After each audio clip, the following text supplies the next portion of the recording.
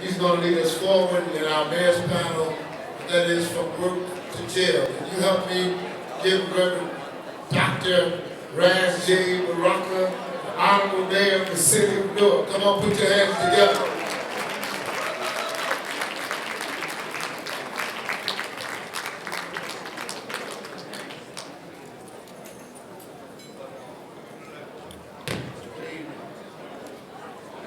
Good evening, good evening. We have a team. We want to get right at it because these guys have to head back across the Hudson, get on the other side of the river. So, you know, they have things to do in their city. So we want to start talking about this topic. You can speak to the Mapp about from jail to work, or re-entry, or finding spaces for formerly incarcerated in the workforce, which is important and hopefully becomes part of the discussion nationally around some of the things that these presidential candidates came up here to talk about earlier. You all, if we can just please be as respectful as possible. We've had our mayors wait for some time to begin their panel, and I would appreciate it, you all would appreciate it, if you would discontinue your personal conversations, or you can carry them on the outside of the room in the vestibule area. But please, let's give them our respect and our attention as we continue this awesome panel. Thank you so much. We appreciate you and love you. Thank you. I appreciate that, because I was getting ready to let them know I'm from Newark. I was waiting for you New Yorkers to take care of business. I have the food up here. But we have a great panel here for you today, and I don't want to belabor anymore. I want to go right to them to get them started. I want to start out with Mayor Inglewood here. Honorable Mayor Vauss, give an opportunity to talk to us about what he's doing in his township as it relates to the formerly incarcerated. Okay, thank you.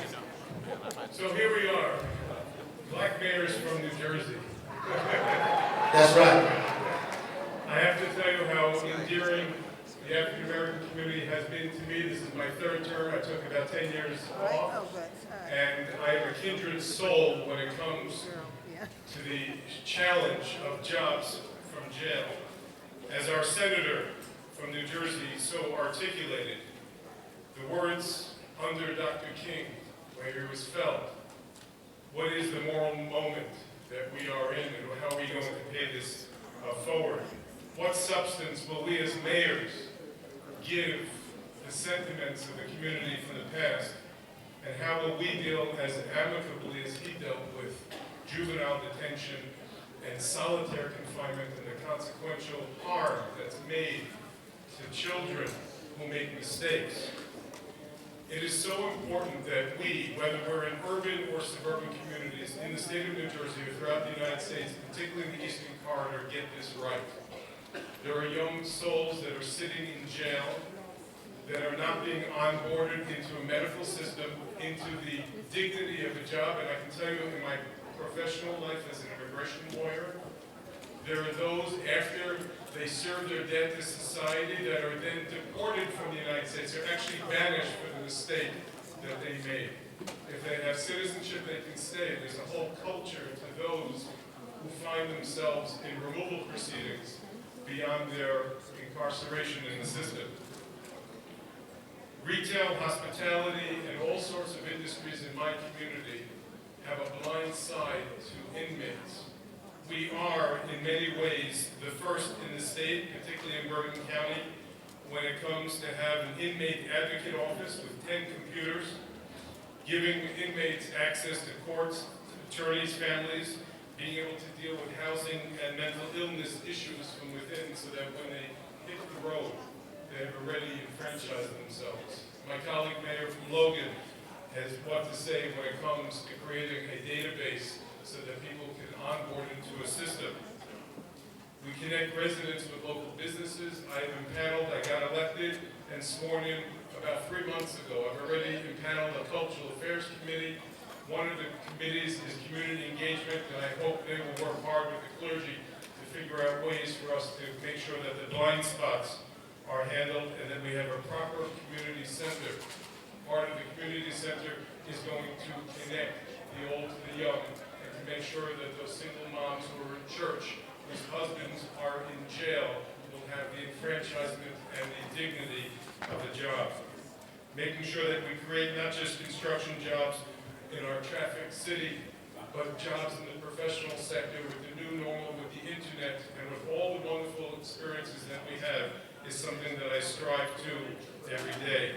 And finally, one of the major issues that my city is facing as we speak is diversity in our police and fire departments, making sure that we do a deep dive into our community, making sure that kids do not go off the path and that there is a path for them to have a clean record when they go into the system.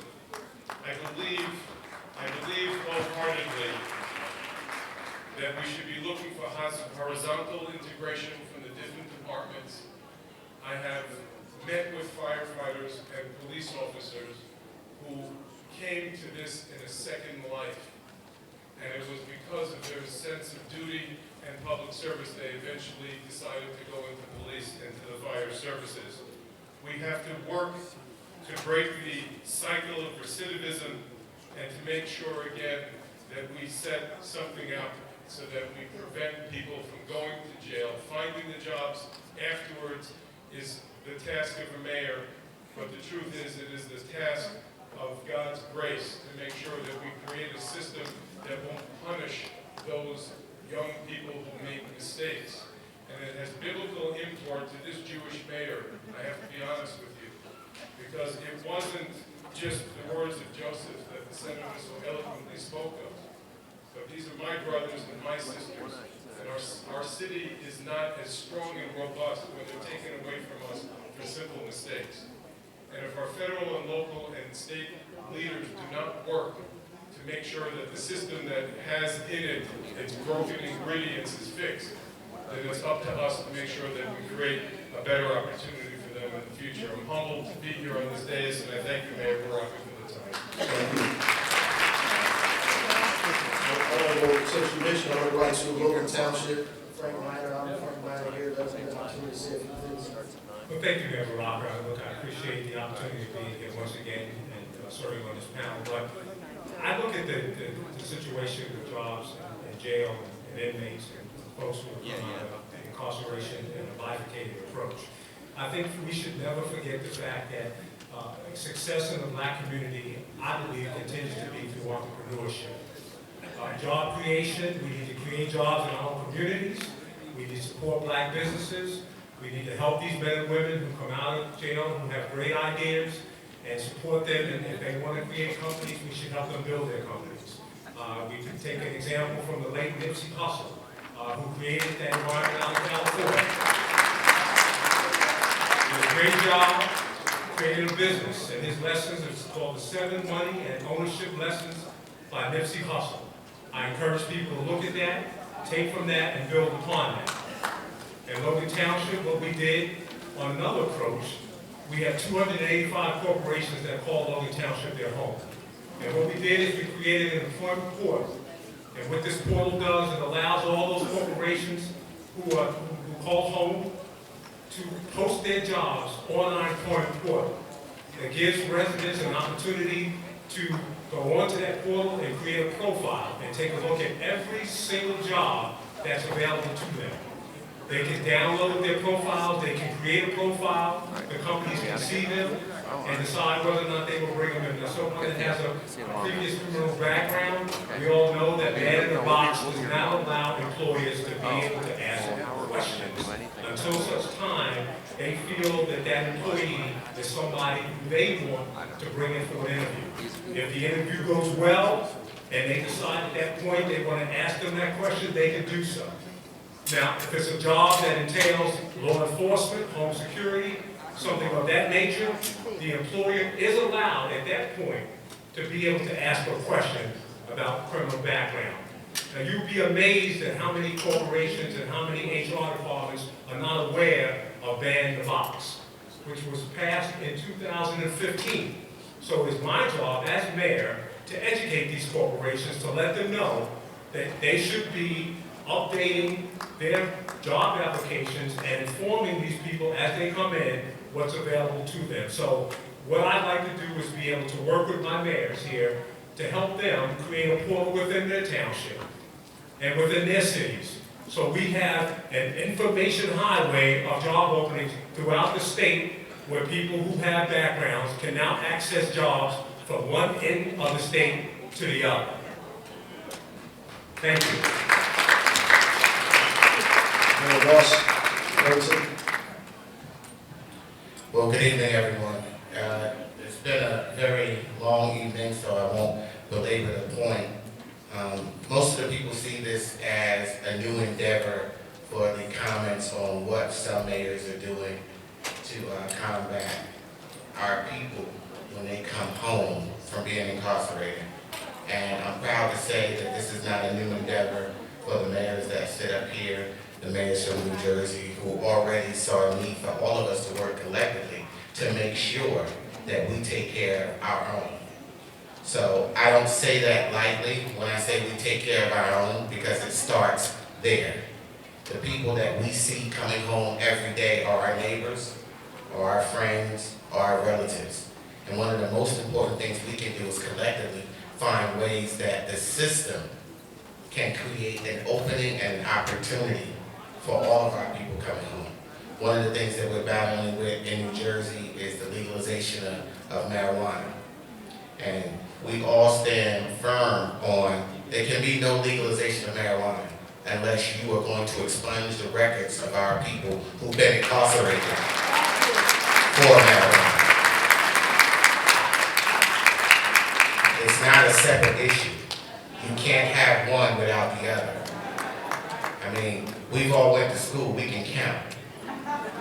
People are gonna make big money off the legalization of marijuana.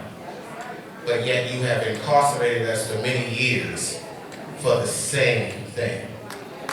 So we wanted to make sure that our legislators, our governor, our government knew that we want in the legislation that you intend to expunge the records of those who've been incarcerated for marijuana. I yield back to my friend, the mayor of Newark. Good evening, everyone. Thank you all very much for your patience this evening. I'm Mayor Ted Green from the city of East Orange. I've only been in office now 1 year and 3 months. But I can tell you, as an elected official, I am very excited about my community, excited about the residents of our community. I just want to point out some of the things that I did walking in the door. So one of the things I did in my administration, walking in the door, because we know how important it is when we try to come in office and create job opportunities. And local, it's like East Orange, we have 65,000 residents in the community. We don't have a very high unemployment rate in the city of East Orange, but we do have young men and women in our community that are just coming home from prison, and we had to identify opportunities, and not just opportunities, we have to identify homes for them, because some come home and they don't have housing. Some come home, they don't have IDs. But the number one thing I did when I walked in the door, for me to create opportunities, I looked at our professional service in the city of East Orange.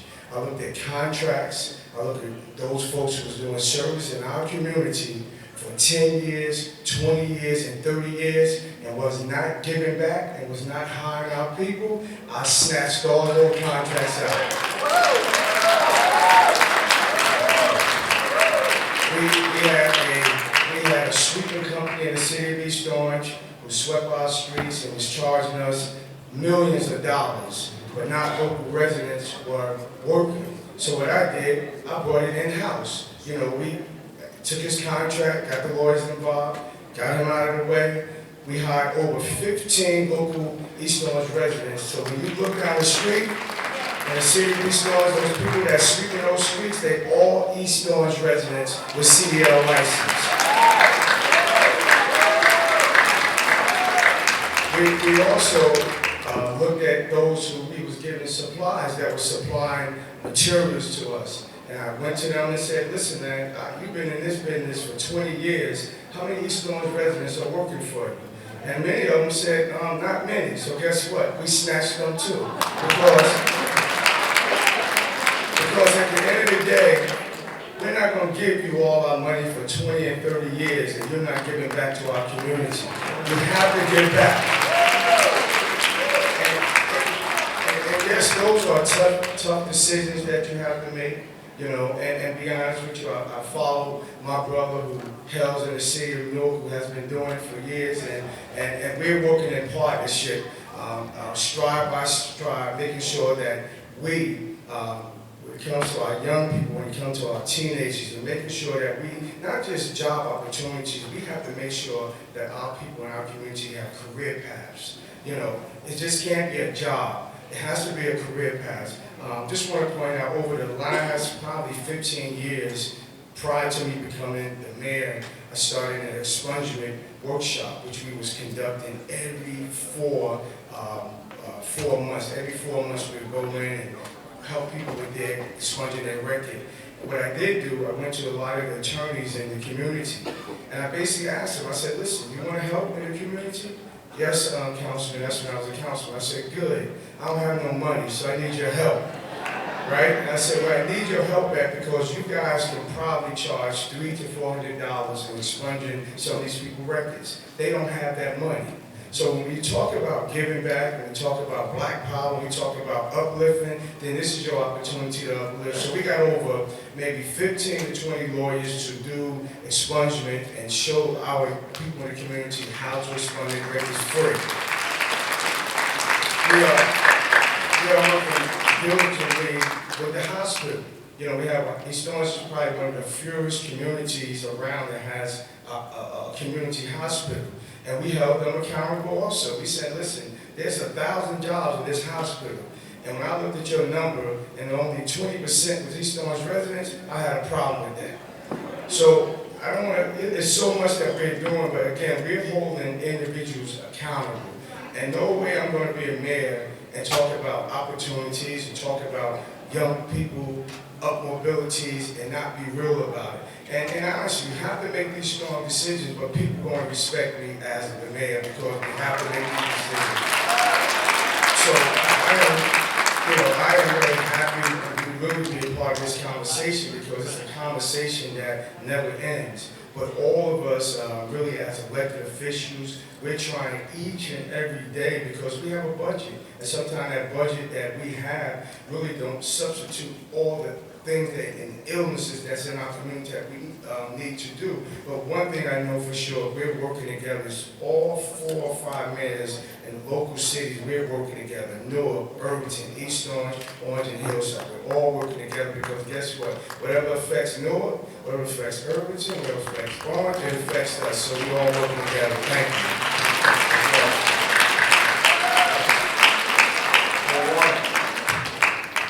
Thank you, Mayor Baraka, and good evening to everyone here. You've heard the issues and you understand the importance of what we need to do. And as a former prosecutor in the juvenile section in Essex County in New Jersey, it was disheartening to see children come before you after having spent time in a juvenile facility. They have not come out with any kind of high school credit, no certifications. They haven't completed their education, and they come out and being thrown on the streets. And one of the things that we advocated for was that when you're in our juvenile facility, you need to continue to go to school, you need to get your high school credits, and you need to actually graduate when you come out. That sounds like common sense, but it was an uphill battle to just have the basic classes and then have classes that are certified by the state. Some were going to class and weren't getting any credit for it. But we know that education in this society is the only way you're going to make it.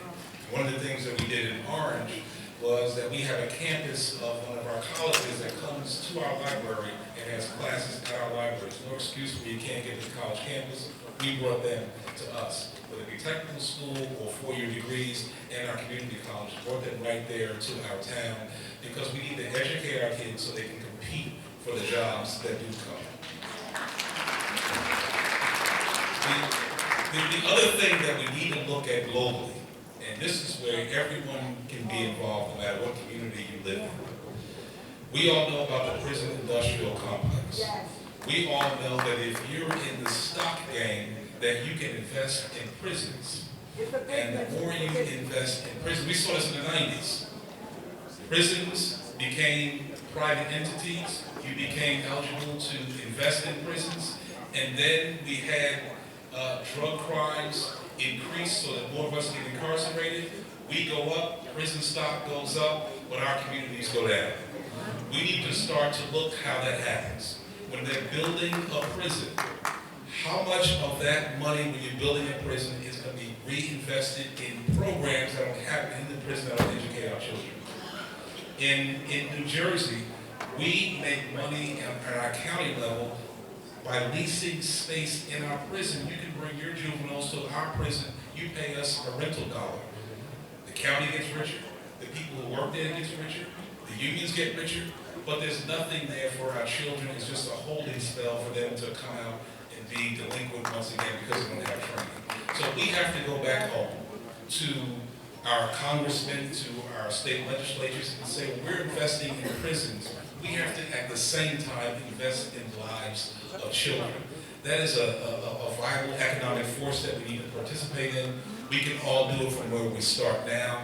And it's $1 billion industry. And if you're going to imprison us, at least when we get out of prison, we should be able to profit from all the things that you did in taking our liberties, in increasing penalties, and partially when you look at the drug game, when you look at marijuana, all those things were designed to fill prisons, up stock, and leave us out. Now that we're getting sense of that and turning that around, we need to start to look at the economics of prisons and the economics of crime and start to profit from that as well. And if you look down the line here, whether it be with marijuana and us changing the law, whether it be the jobs programs, whether it be things that they're doing in Newark with corporations or East Orange or Logan with this employment portal, it's all about getting us reinvested, getting us retooled, and being able to take over this market. The job market today does not look like the job market in the future that our children will inherit. It's our job right now to train them for what they will inherit. They're going to be the most prosperous, educated, access people that our generation has ever known. But it's our job now to make sure they're prepared for it. And that's what we're going to do. Thank you, Mr. President. I just want to let you know how close we work together up here. I was protesting a long time ago for the right to speak in Newark, and I was arrested in my protest. I was a younger guy, and Mayor Warren was my lawyer at the time.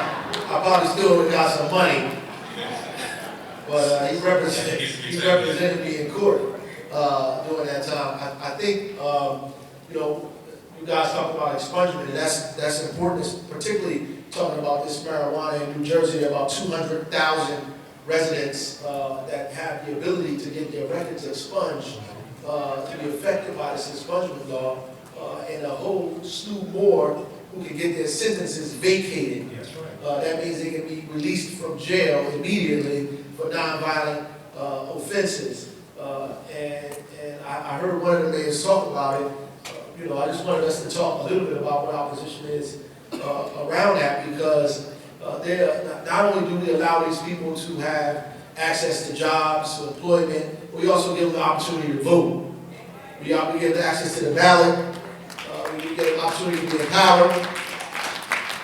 In some cities, it's so draconian, you can't even open a business. You can't get a business license if you have a criminal record, right? So you can't even talk about entrepreneurship, you can't even get a business license, right? In Newark, we have an old draconian law that says that you have to get a record check if you want your business, and the police have to approve that we obviously are going to change, right? But what that is saying is that we don't want you to make money on your own legally. We want to drive you back to the street so you can make money illegally. That way we can put you back in jail and make money off your incarceration. Some of these laws are so old that we don't even know they exist, because they were designed at a time to keep us as close to sharecropping as possible.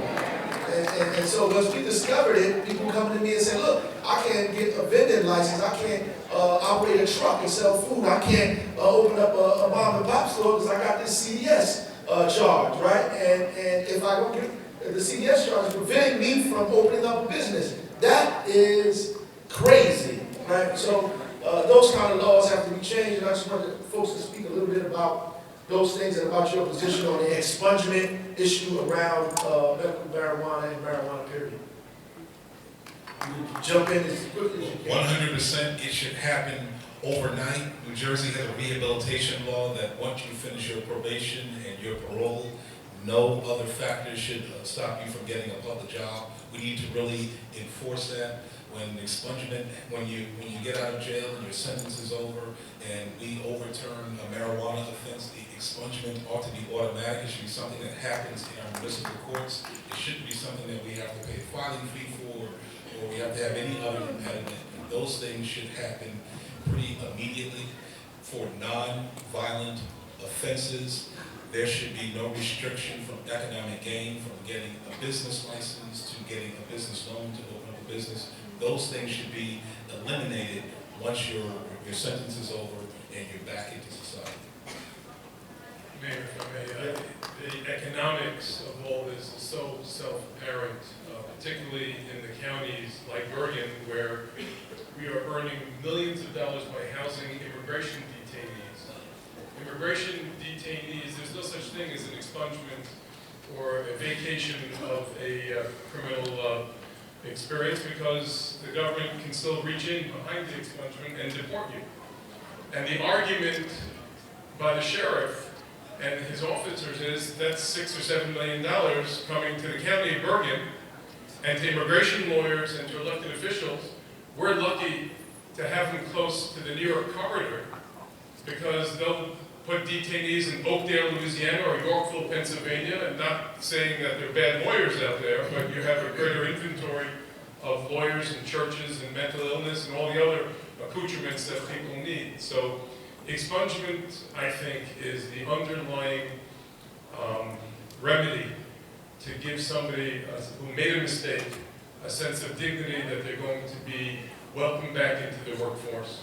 I don't see an effort in my county to really work hard, and I will redouble my efforts going back to make sure that we have those kind of expungement workshops and so forth in my city. But we have to understand the economics, and it was so eloquently stated today that the system was developed in such a way that it feeds itself. We have to make sure that we take advantage and stop the oxygen from the money. I can just say, Mayor, as we go forward, and then you always have to be careful, because, we meet all the time and we talk about a lot of these issues, and the point is to make people other than us, other than the folks in our community, pay attention to this topic, is to tie it to the dollars. Everybody pays attention if you tie it to their money. So if they're losing money, they're concerned. We're concerned because we're losing our people, and our people are getting incarcerated, and you don't get an opportunity to get a fair share once you're released from being incarcerated, which is why a few weeks ago on our conference call, when we talked about the approval of the marijuana legislation, there can be no legislation unless the expungement component is incorporated, because now you're starting to mess with their money. And if you start to mess with their money, they'll take notice. I mean, everybody take notice. You get $10 a week and it cut down to $3. You're now paying attention to why your money was cut down to $3. So we can't allow people going forward to take our vote and our support for granted, because it's in our best interest to stand up for our people, which is why when we get together, myself, especially the mayors of Orange, East Orange, and Newark, we're all in this together. We don't believe in borders. We don't believe that one problem is separated from the other. And we have a model that if you mess with one of us, you mess with all of us. So we're going to come together, we're going to band together and do what we need to do to make sure that our people are treated fairly in a system that was broken from the beginning.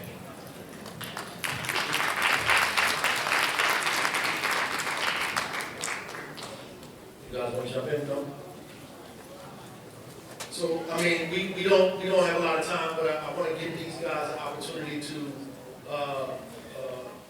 give a chance to talk about the kind of pipelines that they have created in their community for young people, particularly out-of-school youth. In Newark, we have about 4,000 to 6,000 young people on average a year who are not connected to school and is not connected to any other employment of any kind. Those kids are obviously a seed, a ground, the seedling for the kind of violence and crime that obviously takes place in these communities because they have no GED, no skills, no high school diploma, and they don't have a job at all. We try to put together a program in Newark called the Street Academy that pays people $10 an hour to get them back on track, get them to begin to figure out how to go to school, attach them to employment of some kind, or get them on a path towards their GED.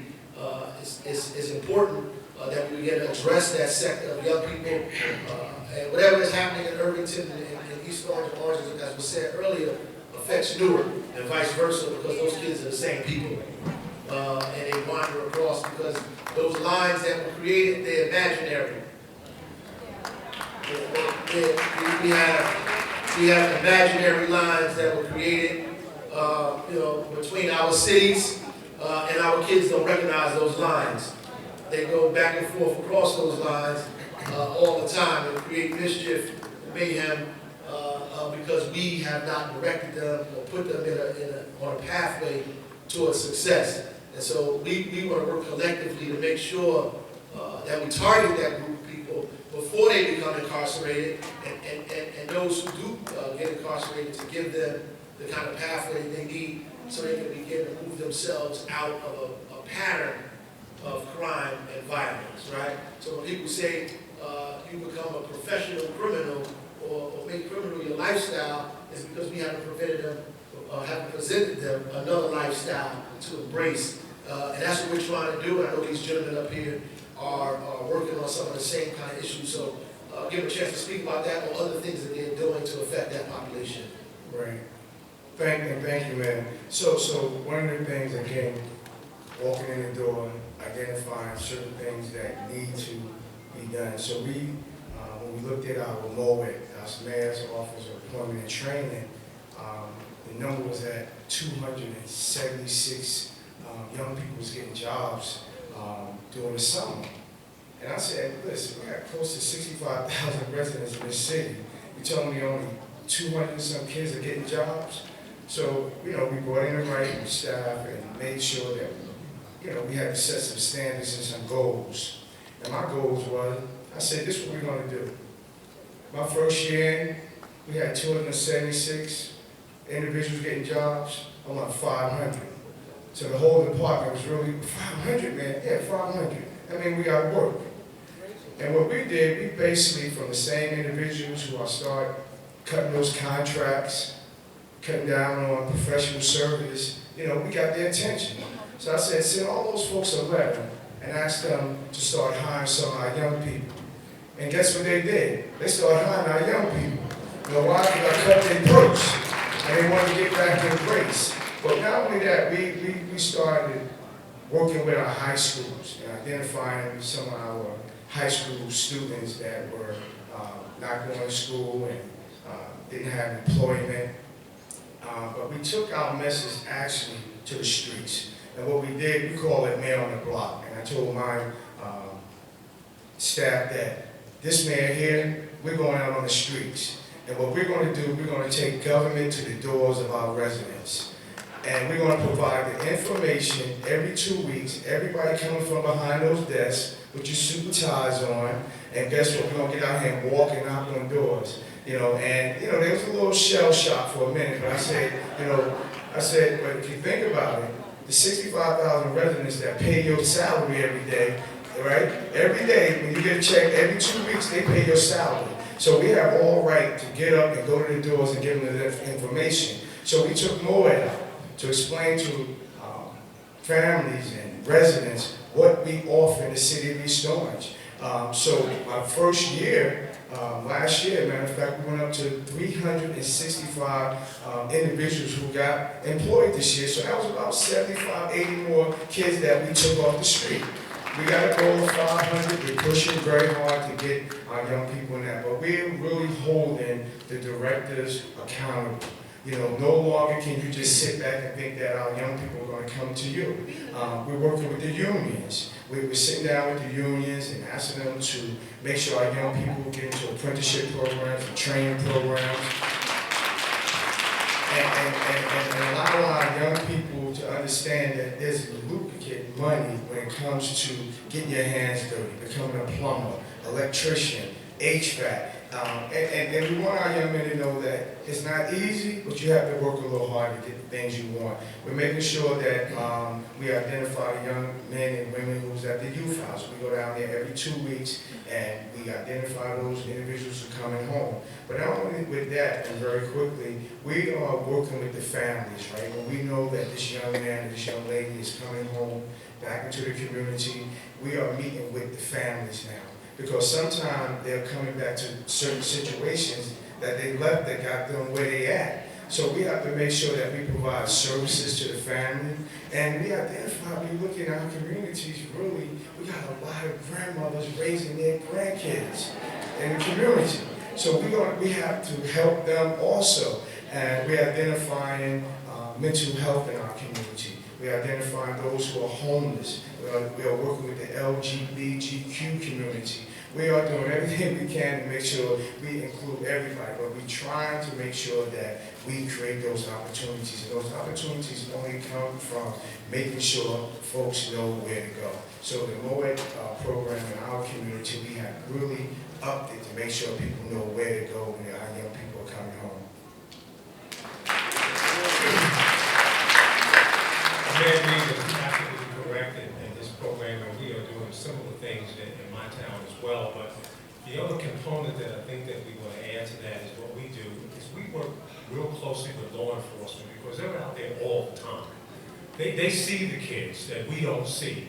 And the other part of that we try to incorporate and I'm reaching out to these youth who are on the street is when they come into the court system, we actually have the prosecutors grab them and talk with them.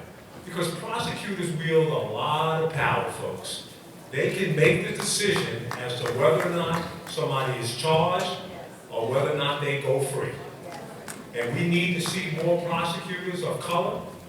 We need them in office to be able to make the decisions as to whether or not our young men and women to go to that next level. And we as mayors control those prosecutors on the local level. And when they get to the state, we need to be working with our state prosecutors and with our attorney general to ensure that our young people are being treated fairly. And they don't wind up in the system because once they're in, as we know, it's very difficult to get out. So I applaud Mayor Green, Mayor Baraka, and all the rest of the mayors who have incorporated those programs in their communities to reach out to these young people to try to get them off the streets. Thank you.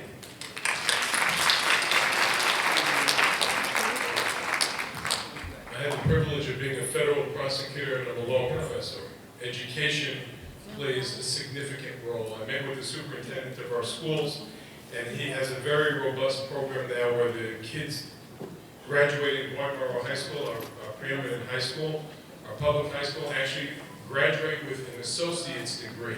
Or those that are interested in trades, are learning about trades, and those that want to go into public service, have a beeline for public service and a warning from local prosecutors and officers what path to stay on so that they have a clean record. It used to be the churches in our community. Last time I was mayor and I took a break for about a decade, I remember a young lady sending her grandson from a taxi cab and said, now Mayor, you walk him into the church and make sure you sit next to him, and I'm going to come up in a couple hours, I'm going to ask both of you a lot of questions. And I was scared that if I didn't sit and wait with her grandson. And they're being raised by grandparents because parents have moved on, sometimes beyond their approach. It's not enough for it to be in houses of worship. It's got to be done by the cities that we are paying our tax dollars to, and it's got to be done at a root age. Those teachers who are really our heroes, those unsung heroes that work after hours, and give love and heart. They are the main ingredients of a successful community. We have time for about one question. If anybody in the audience has a question for us.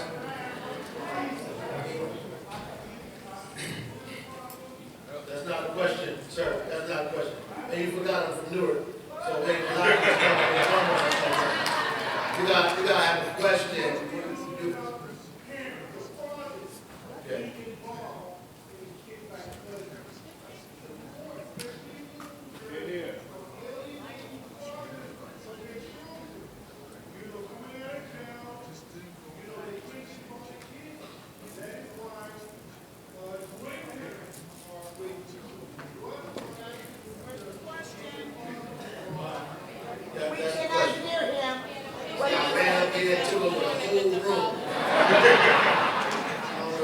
What city he from? He's out of control, man. That guy's out of control, man. Everybody, they do in New York? The question was, what are we going to do about people's fathers? I mean, I wish I had an answer to what I'm going to do about somebody's father. But y'all want to jump in and respond to that? How about one more question, we'll answer both. We'll get to both of those, yes ma'am.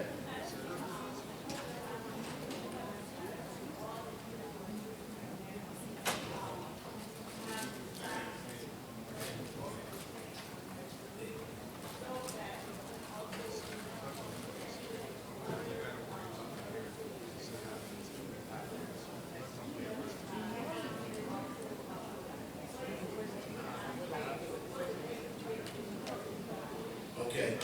And it's assistant in the back. So y'all can answer either one of those three. You had a question. All the way back there. Yes, ma'am. I'm going to repeat everything everybody said. Yes, I am sure. You partially spoke about it, but the question I was, and I heard you address it, working with the Board of Education is pivotal. I know specifically a couple mayors do, well, all of you do, but linking those in, the importance of financing with Board of Education. How are you going to continue to work with it to make sure that it's financed through the city? Okay. The city. All right. So it's three questions. One question was about father, that's it. About how we get our fathers involved because they're not involved. The second part of the question is, do we have the data about the programs that we're doing so we can show or share success with other municipalities around the country about what's happening? Maybe they can adopt it as well. The last one is, how can we sustain what we're doing and make it a part of the city's budget so these things can continue to go on and on. Did I hit it a little bit? Board of Education. Yes.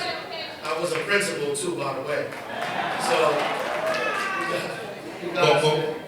Mayor, one of the things we can do to the lady's point is that when you have success, you want to hear about success, you want to emulate success wherever it happens. And it's incumbent upon us as leaders to convene like we do all the time, even privately, because we talk about ideas and how we can do better. One of the things that we do is when we have our programs, we'll come together and I always put this on Mayor Baraka. Since he is in the largest city and has a pulpit that can speak to a national audience, a lot of times we get together with him to give him our agenda, to give him our successes, and speak it to the larger world. We produced the great leaders. We produced Cory Booker. It came from Newark with our ideas. We produce our leaders, so they have to take our ideas and send them out to the world.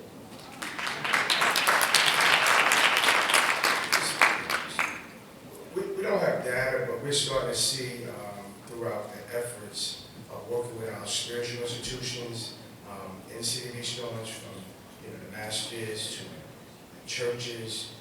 Our thing is that we're trying to include everybody in what we do, and we start to see more fathers really participate. We got a lot of work to do. I just recently had an opportunity on Sundays to try to visit the churches. And sometimes I look around the room, you're right, there's mostly women that are congregating in the churches. We are having programs in the city of East Orange where fathers and sons can participate. We have Father's Day breakfast, we have men talks in the community.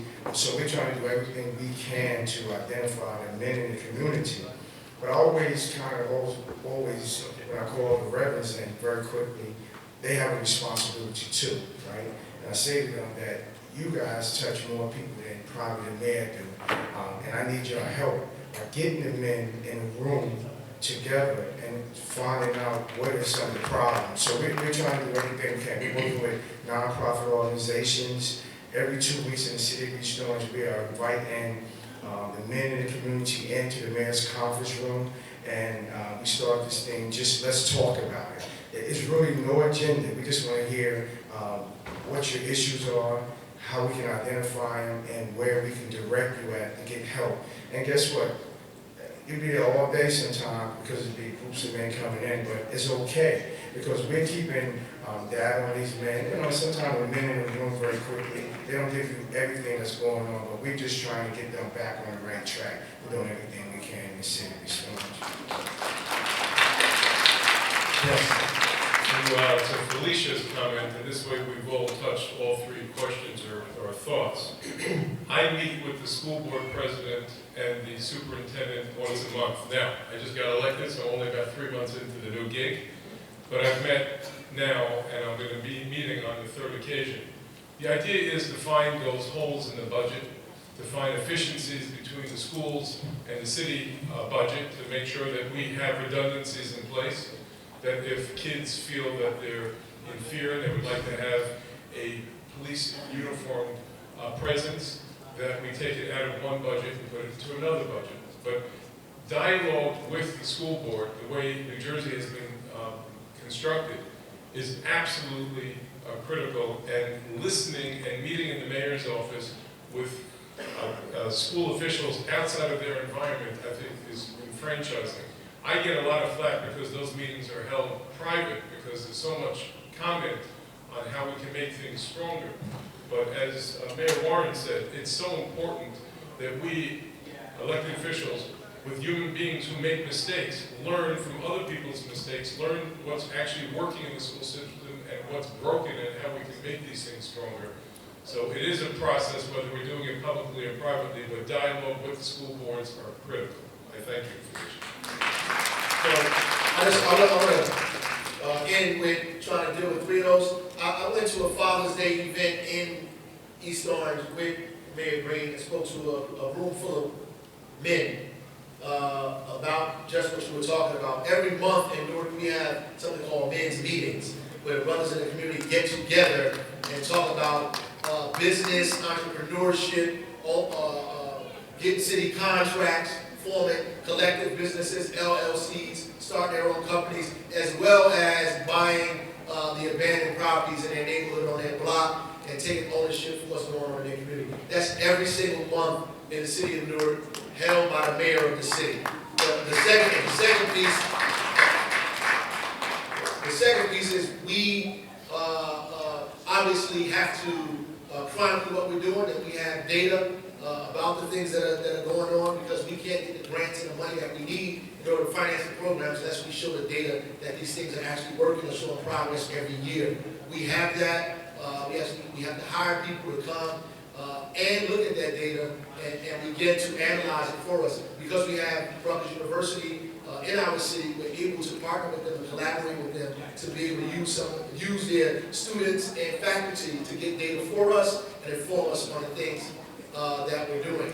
In terms of making sure the money is sustainable, we just an example, we're bringing together all of the law enforcement agencies to begin to talk about diverting money that's used for law enforcement from that pot to begin to divert it towards community-based initiatives around alternative policing and trauma-informed care.